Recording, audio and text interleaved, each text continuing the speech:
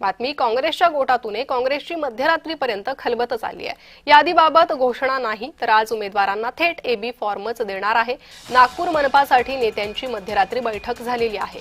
प्रत्येक पक्षाकडून यादीबद्दल गुप्तता पाळली जाते, काँग्रेसकडूनही ती गुप्तता पाळली जाते।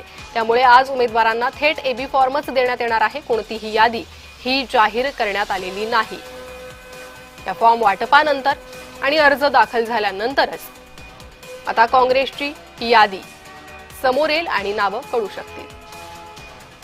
यादीबाबत घोषणा नाही, आज उमेदवारांना थेट एबी फॉर्मच देण्यात आलेला आहे। अधिक माहिती घेऊयात, आमचे प्रतिनिधी तेजस मोहतुरे हे सध्या आपल्यासोबत जोडले गेले आहे। तेजस, नागपुरात काय परिस्थिती आहे, कशी लढत पाहायला मिळणार आहे आणि काँग्रेसकडून कोणाकोणाला एबी फॉर्म दिले जाऊ शकतात?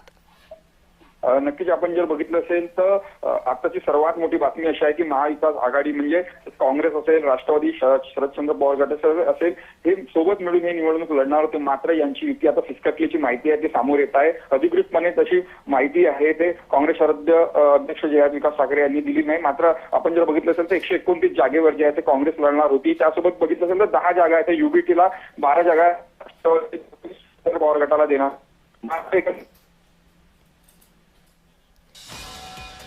तर काही तांत्रिक कारणांमुळे तेजस यांचा आवाज आपल्यापर्यंत पोहोचू शकत नाहीये। मात्र काँग्रेसच्या यादी संदर्भात संध्याकाळपर्यंत चित्र स्पष्ट होईल।